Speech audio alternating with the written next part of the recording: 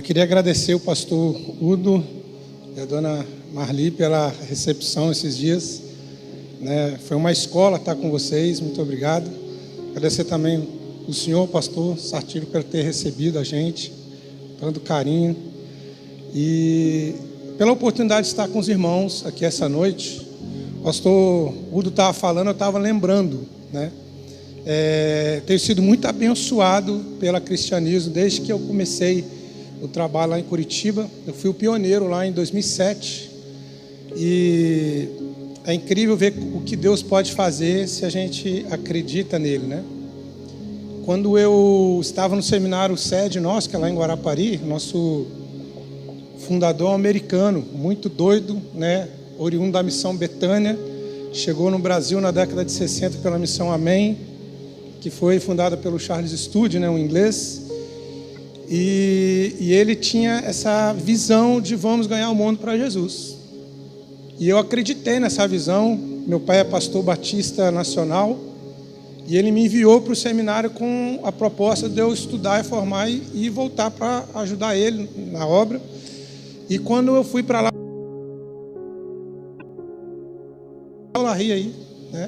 meu pai também foi aluno dele na década de 70 e amava muito o pastor e o ministério dele, e abençoou eu de trabalhar com servos de Cristo, o pastor me perguntou o que eu queria fazer para Deus. Eu falei: pastor, eu gostei demais dessa visão de escola, de missões, de seminário focado no estudo da palavra, e eu gostaria de começar um seminário como esse lá em Curitiba. E ele falou assim: como você vai fazer? Eu falei: não sei, não tenho recurso, não tenho nada. Eu vou pegar o ônibus e ir. E aí tudo que eu tinha, eu sempre fui um cara muito frugal, então tudo que eu tinha estava numa mochila dessas de quartel, E aí eu coloquei aquela mochila nas costas, peguei um ônibus a São Geraldo, lá em Viana, na oportunidade, de estar com ele algumas vezes.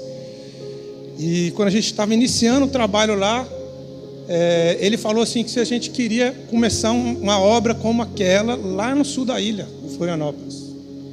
E ele nos arrumou um terreno lá no sul da ilha, de um americano, para a gente começar uma outra escola lá no sul da ilha, em Florianópolis. Então já foi uma bênção aí que veio através do Cristianismo Decidido. Nós começamos naquele local, ficamos lá 4 anos, e até Deus nos dá um local próprio lá em Palhoça. E na minha época eu lavava roupa, como aluno, seminarista, na mão, no tanque. E um dia o pastor Josué me ligou e falou assim: Kézia, você gostaria de receber aí uma doação de uma lavanderia industrial? Aí eu falei: com certeza, pastor? Falei: então você pode vir com o caminhão da base aqui no lar? Eu falei assim: posso. Aí cheguei lá, ele nos doou, pastor, toda a lavanderia industrial. Por isso que nós temos essa lavanderia lá, que tem até secador, gente, a roupa sai quentinha, passadinha, bonitinha. E foi um presente da Cristianismo Decidido para nós, Então nós temos muita gratidão. Fora isso, o pastor Udo, no início do culto, falou assim: você vai achar muito parecido o culto aqui na Cristianismo, lá com vocês, do SDC. E até o detalhe das crianças a gente faz igual, eu não sabia, E assim, eu estava pensando, se eu viesse para a Rolândia, eu ia ser a ovelha do senhor, pastor Sérgio. Eu ia querer congregar aqui com os irmãos, Para mim é um motivo de grande alegria, poder estar aqui essa noite. E a palavra que o Senhor compartilhou no meu coração, eu queria compartilhar com a igreja, está em Romanos capítulo 12, a partir do versículo 1. Nós vamos fazer a leitura até o versículo. Paulo fala sobre uma vida transformada, e esse é o tema dessa noite. E diz assim a palavra do Senhor: portanto, irmãos, rogo-lhes pelas misericórdias de Deus, que se ofereçam em sacrifício vivo, santo e agradável a Deus. Este é o culto racional de vocês. Não se amoldem ao padrão deste mundo, mas transformem-se pela renovação da sua mente, para que sejam capazes de experimentar e comprovar a boa, agradável e perfeita vontade de Deus. Pois pela graça que me foi dada, digo a todos vocês, ninguém tenha de si mesmo um conceito mais elevado do que deve ter, mas pelo contrário, tenha um conceito equilibrado, de acordo com a medida da fé que Deus lhes concedeu. Assim como cada um de nós tem um corpo com muitos membros, e esses membros não exercem todos a mesma função, assim também em Cristo, nós, que somos muitos, formamos um corpo, e cada membro está ligado a todos os outros.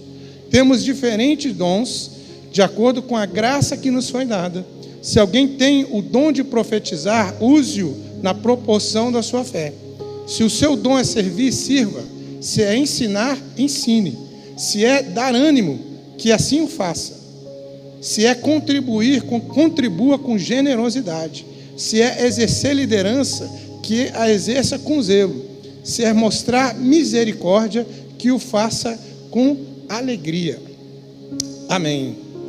Pai, nós te damos graças pelo trecho da tua palavra que foi lido, que abençoa, Deus, as nossas vidas. Te peço que o Senhor venha realmente, Deus, edificar a tua igreja através da tua palavra, que o Senhor fale, Deus, nos nossos corações, segundo a necessidade, Deus, que o teu Espírito Santo tenha liberdade em nosso meio, em nome de Jesus.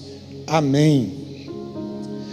E Paulo aqui começa falando primeiro sobre a gente apresentar a Deus um sacrifício vivo. E eu acho interessante isso, porque antigamente, no sacrifício judaico, né, no tempo ali dos sacerdotes, se fazia sacrifício de animais. E o sacrifício de animais servia como o substituto daquela pessoa que oferecia o animal para o sacrifício. Então tinha que ser apresentado aquele animal de 1 ano, sem defeito, e tinha toda aquela prescrição já pré-estabelecida pela lei, e ele apresentava ali ao levita, ao sacerdote, eles analisavam, viam que estava tudo certinho, e aí a pessoa ia lá e colocava a mão sobre a cabeça do animal, como se simbolicamente, evidentemente, né, o pecado daquela pessoa passava para aquele animal que ia ser apresentado como sacrifício, para que aquela pessoa pudesse receber a remissão do seu pecado. Mas Cristo, ele apresentou-se como um sacrifício por nós. E ele apresentou por esse sacrifício uma única vez e que serve definitivamente para toda a humanidade. Então, hoje não fazemos mais sacrifícios de animais. Portanto, nós somos o sacrifício para Deus. A minha vida precisa ser um sacrifício vivo para o Senhor. Eu devo me apresentar a Deus como sacrifício vivo. Isso o texto diz. Isso Paulo nos ensina. Portanto, irmãos, rogo-lhes pelas misericórdias de Deus que se ofereçam em sacrifício. O que isso pode significar para nós, igreja?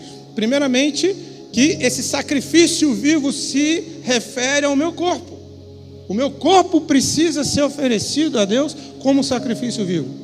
E qual é a maneira que eu vou fazer isso? Eu vou fazer como Abraão, que pegou Isaac e levou para um local e oferecer Isaac como sacrifício a Deus? Não.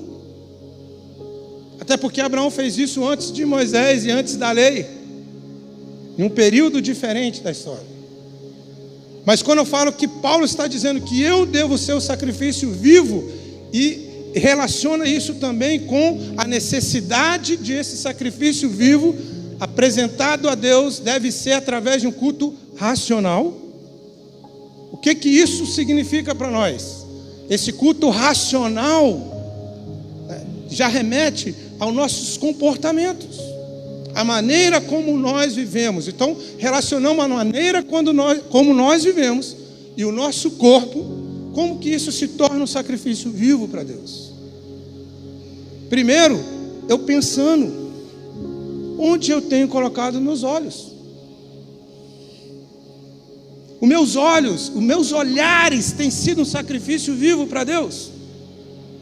E nós podemos juntos meditar essa noite nessa realidade. O seu olhar é um sacrifício vivo para Deus? Ou o meu olhar é um olhar de cobiça? E que sentido olhar de cobiça? A cobiça pode ser para tudo e qualquer coisa. Tem pessoas que cobiçam, né, um bem do outro. Posso cobiçar a casa do meu próximo. Eu queria ter uma casa como a dele, não como a dele, eu queria ter a casa dele. Isso é uma cobiça que eu não devo ter. Eu não devo cobiçar nada que pertence a outra pessoa, porque isso é errado. Então, como eu lido com os meus olhares? Meu olhar deve ser um olhar que, como a pessoa que oferece um sacrifício para Deus, que eu me preocupe de não me colocar os meus olhos sobre coisas que não devo estar olhando. Tem muitas coisas que nós não devemos colocar os nossos olhos. Da mesma forma, tem muita coisa que eu não devo emprestar o meu ouvido para ouvir. Tem coisas que eu não devo ouvir. Tem coisas que eu não devo ver.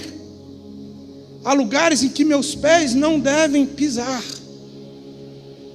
Tem coisas que minhas mãos não devem tocar. Então o sacrifício nós estamos vivendo. Isso precisa ir além das paredes da igreja. Isso precisa fazer parte do meu dia a dia. Esse cuidado, esse culto racional, esse sacrifício vivo para Deus. Eu preciso ter uma fidelidade às alianças que eu tenho com o Senhor. As alianças com os meus olhos, de não estar olhando para aquilo que eu não devo olhar. As alianças com o meu ouvido, de não ficar ouvindo coisas que não vai me edificar. E uma coisa que é muito importante, na minha juventude, tinha um pregador norte-americano que eu gostava de ouvir ele. Eu não me lembro agora o nome daquele pregador, mas era um pregador que me fazia pensar muito. Eu não sou muito de aquela mensagem, né? Estilo, vou colocar aqui alguém que tem essa característica no Brasil. Não sei se os irmãos conhecem, mas tem um pregador lá em São Paulo chamado Paulo Júnior, né? A mensagem dele é bem assim, exortativa, né? Não é a minha praia, né? Eu não sou daquele cara que vive, né, pregando de maneira assim, exortativa. Eu vejo essa necessidade, eu às vezes penso que até mesmo eu, né, em algumas situações mereci e fui exortado. Mas eu tenho mais Mas esse pregador, ele estava pregando, ele estava falando assim, que eu preciso manter essa aliança com Deus. E ter um cuidado para não fazer com que depois do culto, né, eu saia desse ambiente aqui de adoração ao Senhor, desse ambiente aqui em que eu estou apresentando o meu culto racional a Deus, e vá para minha casa rir daquilo que Deus chora. Começar a assistir coisas que não vão ser coisas que eu poderia assistir na presença de Deus. Se Cristo se materializasse na minha casa e estivesse sentado comigo no sofá, Ele iria me censurar de estar vendo aquelas coisas. Eu não deveria ver ou colocar diante dos meus olhos certas coisas. Eu sempre fui uma pessoa que gostava muito de ver coisas engraçadas. De vez em quando, a Aline não está aqui, mas ela é a ferramenta de Deus na minha vida, né, para me trazer para o equilíbrio, né? A minha esposa, Aline, uma bênção, gente, mulher de Deus, né? Mas a bichinha sabe me exortar, viu? E não ficar rindo de coisas que Deus chora. Vou falar do que eu vou ouvir. Isso faz parte do meu sacrifício vivo para Deus. Então eu sou desafiado, nós somos desafiados a apresentar os nossos corpos como sacrifício vivo para Deus, né? Isso implica uma entrega completa da minha vida para o Senhor.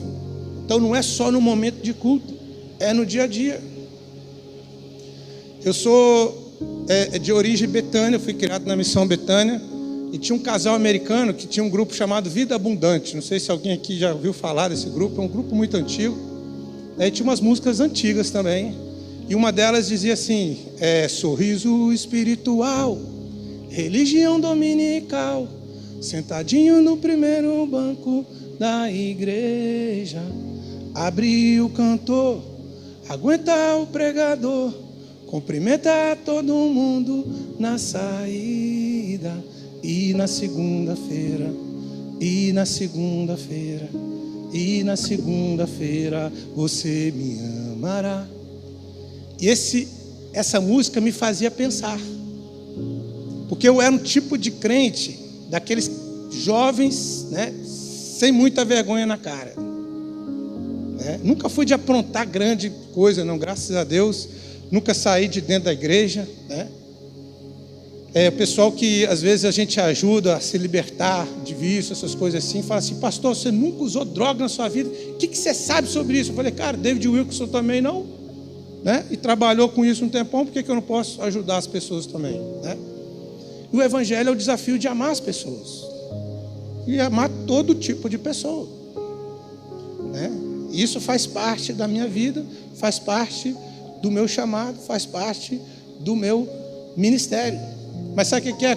Quando adolescente e jovem, eu ia para o retiro da igreja e o pastor pregava, né, e eu ia lá na frente chorando no apelo.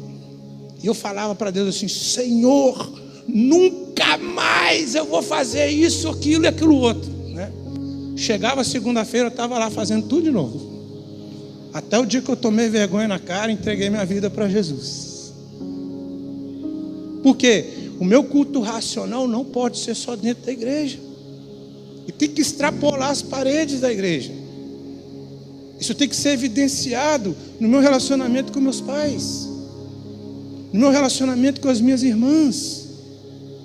Eu falo irmãs porque eu só tenho 2 irmãs. Uma mais velha, que é casada com o pastor Benrail, e uma mais nova, que é casada com o pastor John. Pastor John, bicho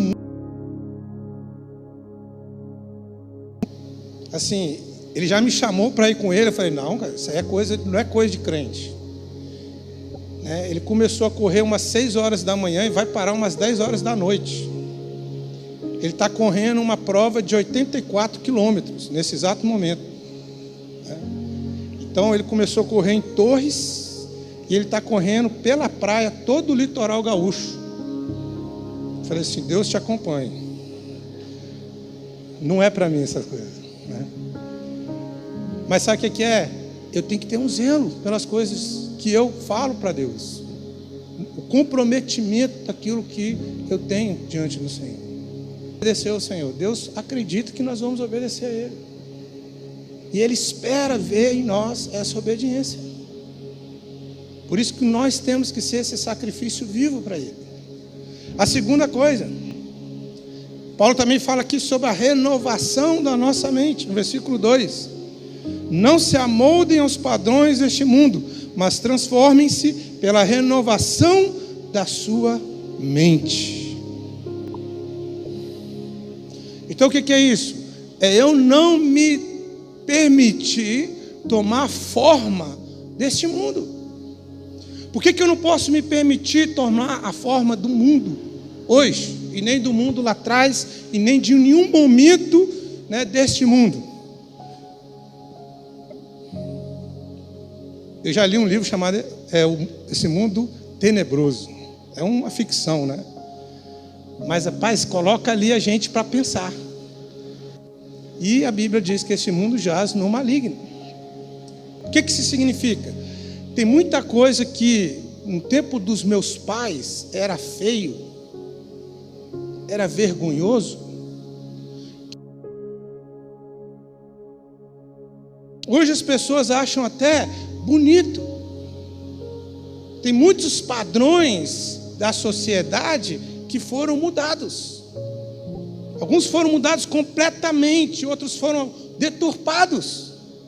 Então, assim, a gente seguir os padrões, a forma desse mundo é muito perigoso, porque vai fazer com que a gente perca a nossa identidade de servo e filho de Deus.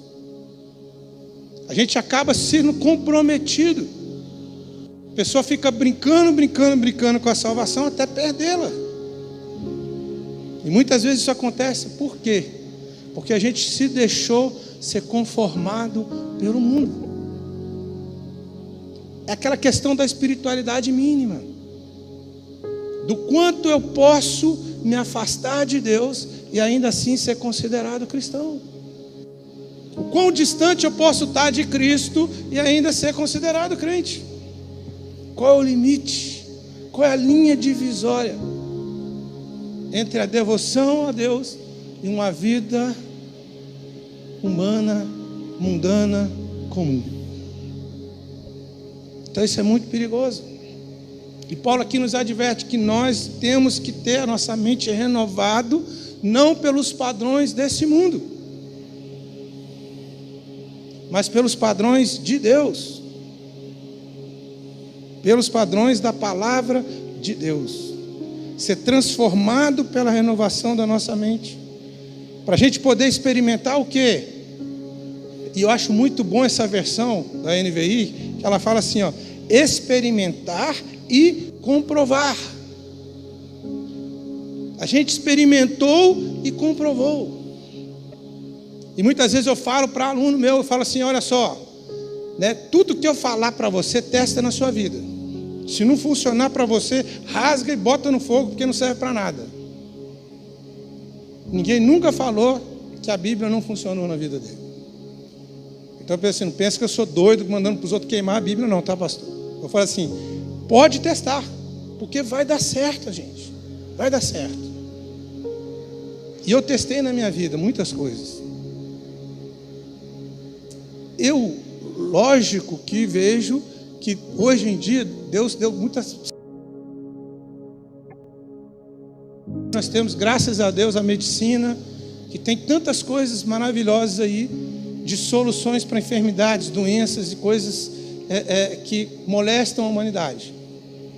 Mas eu creio na cura divina.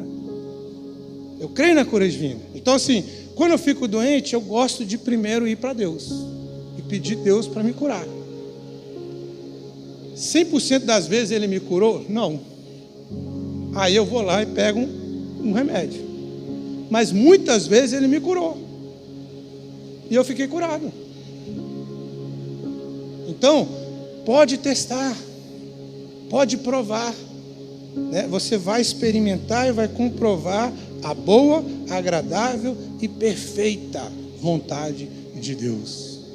Então vale a pena, gente, a gente ter experiências com o Senhor, buscar nos amoldar a Deus, seguindo os passos de Jesus. Na minha juventude tinha um livro que eu lia, que fala assim, nos seus passos o que faria Jesus? Cara, aquele livro me influenciou demais. E eu ficava imaginando justamente isso. Em alguma situação na minha vida, se Jesus estivesse ali, o que Ele faria? Tem uma situação que me marcou muito. Porque assim, eu era pilantra. E aí eu me converti. Deixei de ser pilantra. E eu estava na sala de aula. E eu tinha um professor muito doido de filosofia. Ele fazia o seguinte, ele aplicava a prova e saía para fumar. E deixava a gente sozinho na sala de aula. Né? Eu não sei se podia fazer isso, né, no MEC naquela época, né? Não sei, né, se na LDB da época tinha essa possibilidade, né? Mas sabe o que é? Ele fazia isso. E aí a galera, todo mundo colava geral, menos eu. E eu me sentia um trouxa. Eu pensei, cara, sou o único que não vou colar. E eu pensava assim, provavelmente eu vou tirar a menor nota da turma. Pior que não. Pela misericórdia de Deus, ainda tirava, né, das melhores notas da sala, mesmo não colando. Mas por quê? Já que eu não podia colar, o que eu tinha que fazer? Estudar. Então eu estudava para tirar uma boa nota. Mas eu sabia que quando ele ia aplicar a prova, ele ia sair da sala e ia falar aos padrões desse mundo. Mas teve um momento na minha vida, e eu passei pela Jocum, né, na juventude, e eu estava lá na base e um camarada falou comigo o seguinte, falou assim, rapaz, você está na idade do serviço militar obrigatório, mas não vai não, cara. E eu nunca pensei em ir para o exército, pensei, cara, mexo com nada assim, porque filho de pastor, né? Eu era averso à violência e arma. A arma não fazia parte da minha vida nem do meu mundo. Mas aí o cara falou uma coisa que me desafiou. Ele falou assim: porque ninguém consegue viver para Deus naquele lugar não, sem desviar. Aí eu falei: não, agora eu vou viver para Deus lá dentro. Aí eu tinha já me apresentado e falei que eu não era voluntário. Na outra vez que fui lá de novo, agora eu sou voluntário. Eu fui voluntário até entrar, né? Aí entrei. E graças a Deus eu tinha um bom testemunho lá. No quartel do Boqueirão, em Curitiba, não sei se tem até hoje, mas eu e um grupo de pessoas, e lógico, né? Tinha oficiais, tinha subtenentes, sargentos, evangélicos, né? A gente fez um culto lá, 40 minutos com Jesus. E aí o que acontece, né? Naquela situação, às vezes que a gente passava uma prova ali, e qual que foi a prova? O pessoal diz que o nosso estado é laico, mas ali tinha todo respeito ao catolicismo, mas cara, se o estado é laico, não tem que ter isso aí, né? Aí eu fiquei injuriado, falei: cara, eu não quero ir nesse culto, presença obrigatória. Aí eu sentei no meio fio lá do pátio e fiquei pensando: cara, já que eu tenho que ir nisso aí, né, eu vou fazer uma besteira hoje. Tinha colocado na minha cabeça que eu ia fazer uma besteira. Eu odiava a música da Cristina Mel. Eu acho a voz dela muito enjoativa. Mas aí o capitão colocou uma música lá da Cristina Mel, né? Melosa pra caramba. Mas, cara, a letra mexeu comigo. Graças a Deus, eu não tinha feito nada de errado, mas eu já estava planejando fazer. E sentado no meio fio, me veio a reflexão naquela música. A letra não saiu da minha mente. Graças a Deus, a melodia saiu. Eu achei muito feia, né? Mas a letra ficou. E a letra dizia assim, ó: no movimento do coqueiro que o moço avistou na beira da praia, tem coisa que a gente não esquece, como alguém que sofre por amar. Saber da dor de Jesus me fez chorar. A dor das mãos, a dor dos pés, a dor dos espinhos. Sofreu Jesus de Nazaré por me amar demais. Eu comecei a chorar, de soluçar. Imagina um cara fardado, sentado na frente de todo mundo, chorando de soluçar com uma vergonha horrorosa. Era eu. Mas Deus falando comigo. E graças a Deus, eu mantive a minha fé. Eu não me amoldei aos padrões. Então assim, eu acho que é possível a gente fazer isso. Em outras situações eu dei meus vacilos, né? Graças a Deus, o Senhor me perdoou, me resgatou, me curou, me lavou, me remiu, né? Mas é necessário a gente pensar sobre isso. Eu fazer naquela situação o que Jesus faria. Não importa a idade. Ah, mas eu sou muito jovem, eu quero viver a vida. Meu amado, lembra-se do teu Criador nos dias da sua mocidade. Antes que venham aqueles dias que diga, né? Não tenho neles contentamento. Eu acho que a melhor aventura é você andar com Deus e poder participar daquilo que Deus está fazendo no mundo hoje. É alucinante você poder fazer isso. É maravilhoso. Então vamos renovar nossa mente, não com os padrões dessa sociedade anti-Deus, anticristã, egoísta e mesquinha, mas com um padrão estabelecido por Deus para a sua igreja. Porque nós sabemos que nós, como igreja,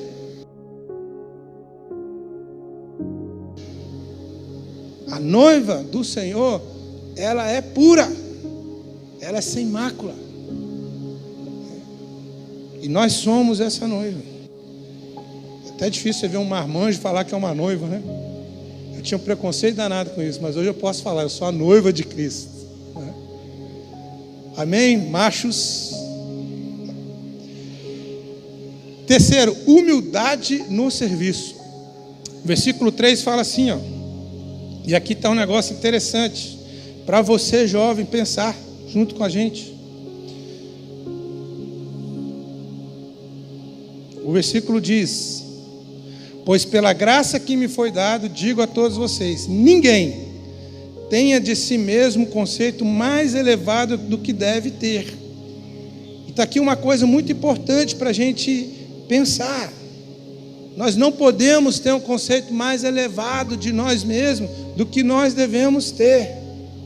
Mas sabe o que é? Tem pessoas que parecem que não entendem isso. Tem um conceito tão elevado de si que não tem como você ensinar uma pessoa assim. Não tem como você chamar a atenção dele. Não tem como você orientar. Por quê? Porque tudo ele sabe. Você vê uma pessoa assim, tudo sabe. É uma pessoa que se torna chata. Você chega na roda, tudo ele já fez, tudo ele já viu, todos os lugares ele já foi, tudo ele sabe. Então o pastor tenta ir lá, né, dar uma palavra para o cara, ele já sabia. Não é? Tenta falar alguma coisa, não, pastor, já sei, eu já fiz, eu já fui. Né? E às vezes a gente encontra com gente assim, e é difícil pastorear uma pessoa assim. É difícil você, líder, liderar uma pessoa assim. Então, a gente não pode ser esse tipo de pessoa, de ter um conceito muito maior daquilo que nós realmente somos. A gente tem que aprender a calçar a sandália da humildade, pensar. Tem um rapaz que uma vez eu fui falar com ele, falei, tudo ele sabia. Chegou uma hora que eu não aguentei mais, falei assim, desculpa, majestade. Né? Desculpa, porque eu sei que você, né, é o sol, a lua, as estrelas e o mar. Nada se compara à sua majestade. Mas eu posso falar com... E fui falar com ele. Mas por quê? Faltava humildade. Faltava humildade. E sabe, isso atrapalha até da gente poder servir na igreja de Cristo. A gente tem que começar por baixo. Humildade no serviço. Por quê? Porque ninguém nasce grande. Você já viu alguém nascer grande? Todo mundo nasce um bebezinho.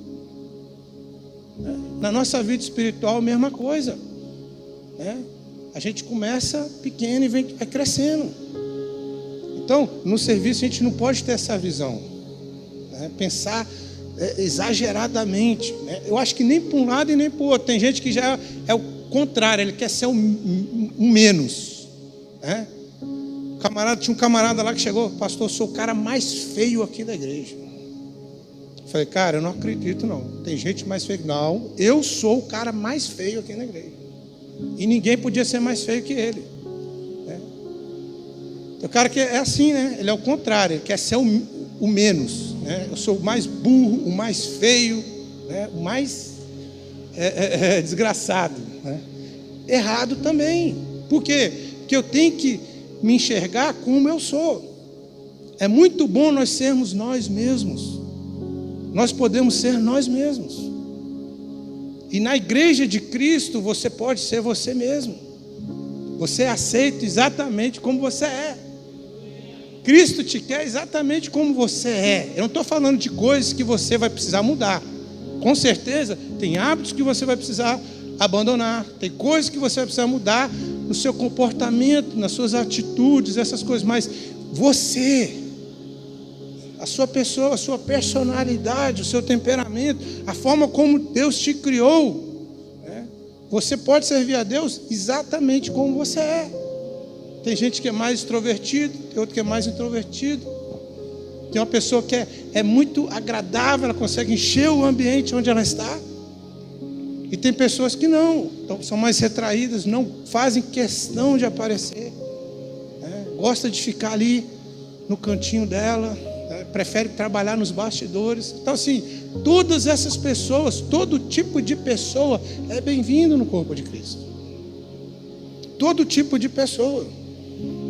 E só que nós precisamos pensar de nós mesmos, nem a mais e nem a menos. Exatamente como nós somos. Para quê? Para que a gente possa desenvolver os dons que Deus nos deu. Deus nos deu os dons para o serviço da igreja. E sabe o que é? Tem muita coisa que pode ser feita aqui na igreja, que para acontecer vai ser necessário você aparecer. Em que sentido? Vai ser necessário você se deixar ser conhecido, deixar sua liderança, o seu pastor te enxergar, saber do seu talento, saber do seu dom. Sabe para quê? Para que você possa usar esse dom que Deus te deu para abençoar pessoas, para abençoar a igreja, para servir na casa de Deus. Então, para isso, você precisa ter a visão certa de você mesmo, saber quem você é, né? Com todas as suas qualidades, mas também com todos os seus defeitos. Nós somos assim, nós somos pessoas imperfeitas, né? Nós temos as nossas qualidades, mas temos também os nossos defeitos. Para isso que Deus colocou uma pessoa na minha vida, né? Que se chama esposa. Ela é minha memória, né? Ela é meu bom senso, ela é meu equilíbrio, né? Então, assim, quando eu não estou com ela, para mim é até mais difícil, né? Eu me sinto deslocado em algumas situações, né? Porque, cara, está ali comigo o tempo todo, me auxiliando, me ajudando, me completando, né? Então, isso é uma coisa maravilhosa. Mas sabe o que é? Demorei a enxergar a Aline. Nós fomos da mesma sala os 3 anos, né? E a gente só se enxergou no nosso estágio. Aí ela estava lá em Caxias do Sul, eu estava lá em Curitiba. Aí caiu a ficha. Cara, eu gosto da Aline. Aí eu fui lá atrás dela, pedi ela em namoro, né? Nem sabia que se ela ia aceitar, né? Graças a Deus ela aceitou, né? E hoje nós estamos juntos, né? Fazendo a obra de Deus. Mas sabe o que é? Para fazer a obra de Deus tem que ser do jeito de Deus, né? Não é do meu jeito, é do jeito de Deus. Então eu tenho que ter humildade, né? Eu tenho que ter equilíbrio. Eu tenho que pensar de mim mesmo exatamente aquilo que eu sou. Por quê? Porque aí o pastor pode me ensinar, que aí o líder pode me orientar, que aí abre a porta da possibilidade do aprendizado. Por quê? Porque eu tive a humildade de dizer: pastor, eu não sei, me ensina. E sabe o que é? Aí ele vai me ensinar. Então a gente tem que ser assim, tem que ser pessoas humildes. E por último, para concluir, né? Daí eu posso descobrir os meus dons. E aqui já é um trecho maior, né? Vai do 4 até o 8, falando a respeito dos dons. Assim como cada um de nós tem um corpo, com muitos membros, e esses membros não exercem todos a mesma função, assim também em Cristo, nós que somos muitos, formamos um corpo, e cada membro está ligado a todos os outros. Temos diferentes dons, de acordo com a graça que nos foi dada. Se alguém tem o dom de profetizar, use-o na proporção da sua fé. Então, sabe o que é? Você tem que ter muito cuidado, profeta, no uso do dom. Lembra da Bíblia a história do profeta novo e do profeta velho? A presepada que ele fez? Por quê? Ele quis ser mais do que ele era. Eu mesmo já sofri com profecia. Porque eu casei, eu e a Aline, a gente não tem filhos, né? Em fevereiro agora vamos fazer 16 anos, pastor, de casado, né? E sabe o que é? Já teve profeta profetizando um monte de coisa. Eu sou torcedor do Galo, né? Sou mineiro, torcedor do Atlético Mineiro, né? E aí, olha só, eu estava dando conferência, nem era em Minas, era lá no Espírito Santo. Fui convidado para o pastor lá para dar uma conferência missionária. Estou lá pregando a conferência missionária, convidado, era visita, né? Um profeta da igreja ficou sabendo que eu não tinha filhos e já tinha um tempo de casado e descobriu que eu era torcedor do Galo. O que ele fez? Ele foi lá, comprou uma roupa de bebê do Atlético Mineiro. Olha que legal, né? Se fosse uma profecia verdadeira, eu ia ficar feliz da vida. Ele me chamou lá na frente, num dia de culto, né? Eu tinha acabado de pregar, e aí falou lá, ó, tal dia de tal mês do ano que vem, sua esposa vai ter um neném, e vai ser um menino, e você vai dar essa roupinha aqui para ele. Meu amigo, pensa no cara doido para ser pai, é eu. Imagina como é que eu fiquei, pastor. Nossa, cara, uma alegria. Falei, graças a Deus, que bênção, né? Quando chegou no dia, cadê o bebê? E tinha data, né? Eu não sei de que ano que era, né? Já passou uns 9 anos já, né? E não chegou. Já passou aquela data, daquele dia, daquele mês, e nada aconteceu. E não aconteceu por culpa minha? Cara, eu quero muito, então eu acho que não, né? Então foi uma falha do profeta. Eu não sei o que deu na cabeça dele. Um outro me chamou lá em casa, no meu quarto, eu e minha esposa, né? Ungiu a gente, orou pela gente e deu uma data também. Não aconteceu. Então, sabe o que é? Eu poderia ser uma pessoa descrente do dom da profecia. Mas graças a Deus, eu também já tive profecias verdadeiras, né? Deus realmente usar homens de Deus para falar a palavra de Deus. Então, sabe o que é? Você vai profetizar, tenha zelo para profetizar dessa forma aqui. Se é profecia, use-o na proporção da sua fé. E fé não é um tiro no escuro. Fé não é um tiro no escuro. Fé é você ver tudo do ponto de vista de Deus e agir assim. Fé é crer que por detrás da palavra existe um homem que é confiável. Fé é você crer na verdade e você crer em quem fala a verdade. Fé são ações de obediência em resposta àquilo que Deus tem falado. Isso é fé. Então, quando eu vou falar de fé, a proporção da minha fé tem que ser segundo a palavra do Senhor. Eu não posso sair abrindo a boca e falando: eis que te digo, meu servo, em nome de Deus, se não foi Deus quem falou. A profecia tem que ser da parte de Deus. E sabe o que é? Deus não quebra princípio, né? O profeta da igreja está sentado ali, ó. Então a profecia para a igreja vai vir da boca dele. A direção da igreja vai vir da pessoa dele. Porque ele é a pessoa que Deus levantou para pastorear a igreja. E Deus não é um Deus de confusão, né? Então a gente tem que ter essa fé, né? Bíblica. Não é a fé qualquer, não. A Bíblia fala: quem crê em mim de coração, como diz a Escritura. Então tem que ser conforme a Escritura, porque aí do seu interior vai fluir o quê? Rios de água viva, né? Se você fala segundo a Escritura, né? Então a minha fé tem que ser segundo a Escritura. Se é servir, sirva, né? Mas você vai servir sem interesse. Você vai servir sem querer aparecer, sem querer esperar alguma coisa em troca. Você vai servir por amor. Você vai servir como para o Senhor, não para homens. Você não vai querer agradar pessoas por agradar pessoas. Você vai querer agradar pessoas porque você está fazendo aquilo para Deus, né? Então, a maneira de você ser usado por Deus no ministério é o serviço, é o seu dom. Você tem um dom de serviço, sirva, né, com alegria, mas também com naturalidade, né? Não é você servir esperando que o pastor veja e te dá um tapinha nas costas, né? Tem muita gente que serve, ó, muito bem, né? Não, você vai fazer não é para aparecer, é porque é o dom que Deus te deu. É a área que você vai exercer o seu chamado na igreja de Cristo, né? Tem outros dons também. Ensinar, né? Se o seu dom é ensinar, meu amigo, né, você vai ter que ter um zelo maior. Sabe por quê? Porque o dom de ensinar, ele é legítimo, é algo que Deus deu. Mas o desenvolvimento dele tem que seguir o quê? Né?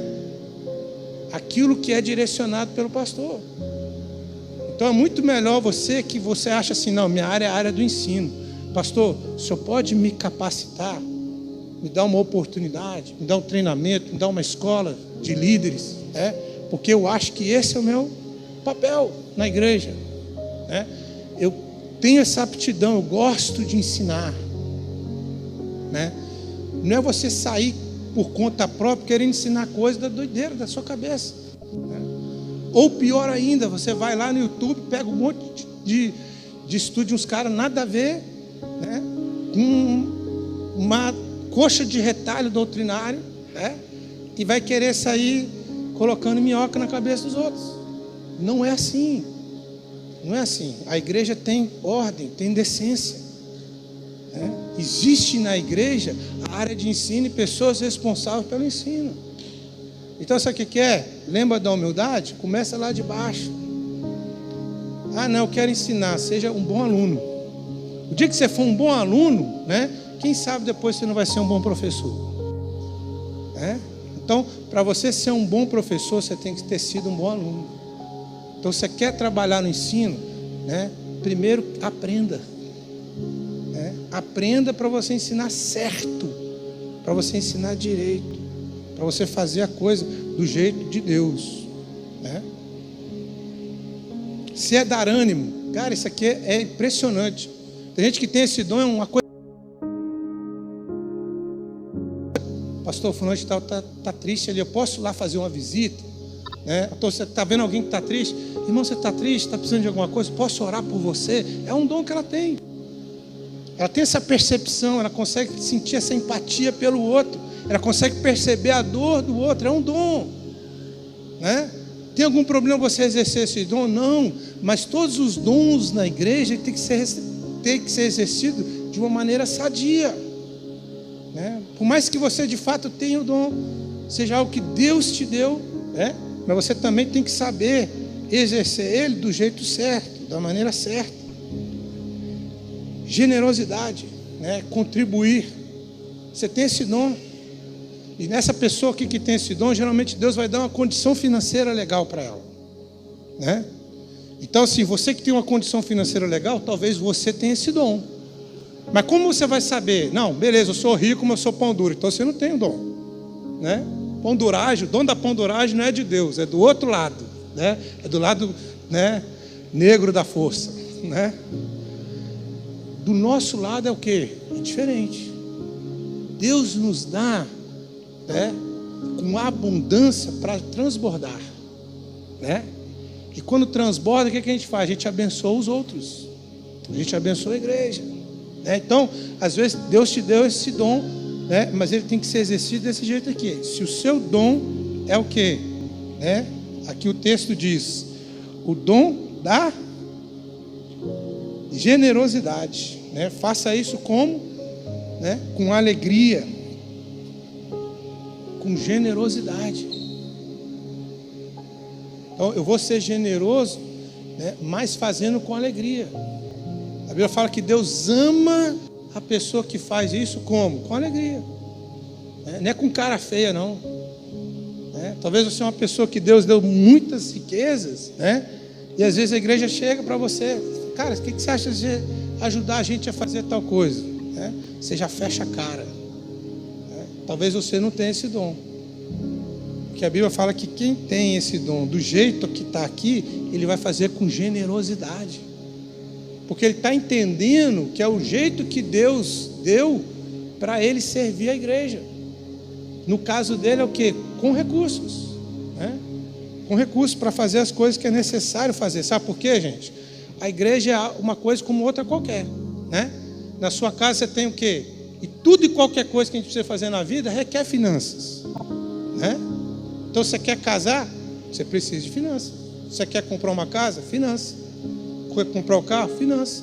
Quer matricular um filho num colégio bom? Finanças. Você quer viajar? Finanças. Você quer dormir bem? Finanças. Comprar um bom colchão, uma boa cama. Então tem um monte de coisa, para tudo é finanças. E na igreja é a mesma coisa. Então Deus vai levantar pessoas no nosso meio, para poder contribuir, o dom de contribuir com alegria e com generosidade. Porque eu estou fazendo para Deus. Do reino de Deus é contribuir, mas contribuir com generosidade e alegria. Exercer liderança é outra coisa. Você tem esse dom nato de liderança. O pastor estava falando ali, é assim mesmo, né, pastor? Por que as crianças saíram tudo quietinho? Porque às vezes aquela pessoa que puxava o bonde, ou não está aí, ou levou um puxãozinho de orelha e deu uma ajustada. Mas o líder é essa pessoa. Essa pessoa que tem essa capacidade de influenciar. Liderança é o quê? Influência. Nada mais e nada menos. Essa é a medida da liderança. Então, isso é uma coisa perigosa também, porque todos nós estamos influenciando alguém, para o bem ou para o mal. A influência que nós estamos falando aqui é influência para o bem. Porque é um dom de Deus para ser exercido na obra de Deus, do jeito de Deus. Então essa liderança aqui, ela vai ser obediente à cadeia de autoridade dela, né? Ela aprende o que é submissão.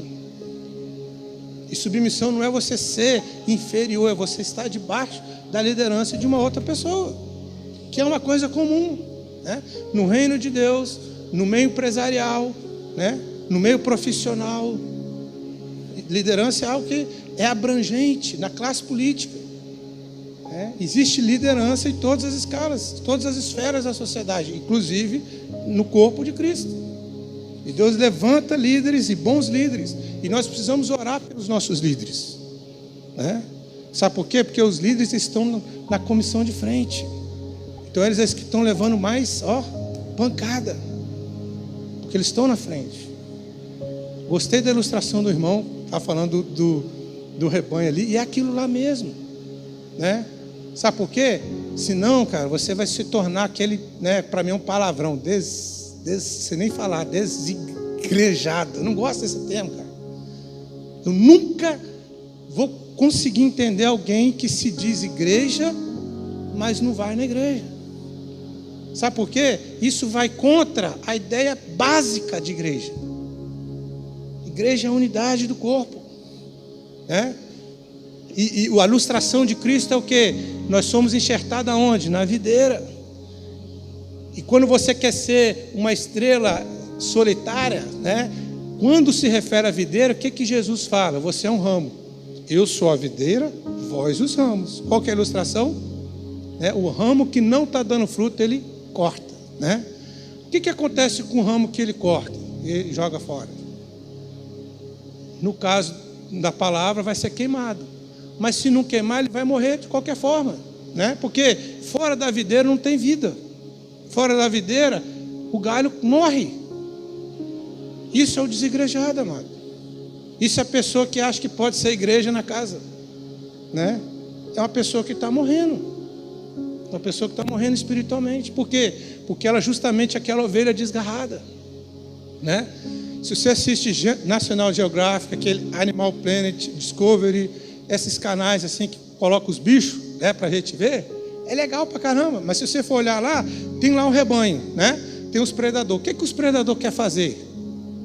Quer separar o rebanho, quer dividir o rebanho. Porque se ele consegue fazer daqueles animais do rebanho, né, se desgarrar e ficar sozinho, o que ele vai fazer? Ele vai atacar e abater, para matar e destruir. Então, o desigrejado é essa ovelha que desgarrou do rebanho, né? Que acaba ficando o quê? Solitária, doente, né? Doido da cabeça, falando um monte de loucura, né? Por quê? Porque se desgarrou, né? Então o ramo, a ovelha desgarrada, tudo que Jesus está falando sobre a questão, né, de ilustração a respeito do rebanho, exatamente a respeito disso. São pessoas que literalmente acabaram se afastando da presença de Deus, acabaram se afastando do meio da igreja, do seio da igreja, né? Então são as pessoas que vão ficando só, né? E nós não podemos ser esse tipo de pessoa. Deus nos deu o dom para a gente exercer no corpo, né? E o corpo é o quê? Ele tem que ser unido, né? Lembrando que unidade não é uniformidade, né? Se você olhar para a sua mão aí, você tem 5 dedos, igual eu, né? Nossos dedos são tamanhos diferentes, formatos diferentes, né? Mas eles fazem parte de uma coisa só, nossa mão, né? Então, unidade não é uniformidade, né? E Deus fez para ser diferente mesmo, né? Porque tem que ter um ouvido, tem que ter uma boca, tem que ter um nariz, tem que ter o outro ouvido, tem que ter o olho, o outro olho, né? Então todos nós temos um papel, todos nós temos uma ocupação no reino, todos nós temos um chamado, todos nós temos um propósito, todos nós temos uma vocação, né? E nós temos que aprender a identificar e fazer isso, para que a gente possa apresentar a Deus o nosso culto racional. E uma vez a gente identificando e fazendo isso, nós vamos poder, né, experimentar e provar a boa, perfeita e agradável vontade de Deus. Amém? Pastor, muito obrigado pela oportunidade. Retorno ao Senhor a palavra.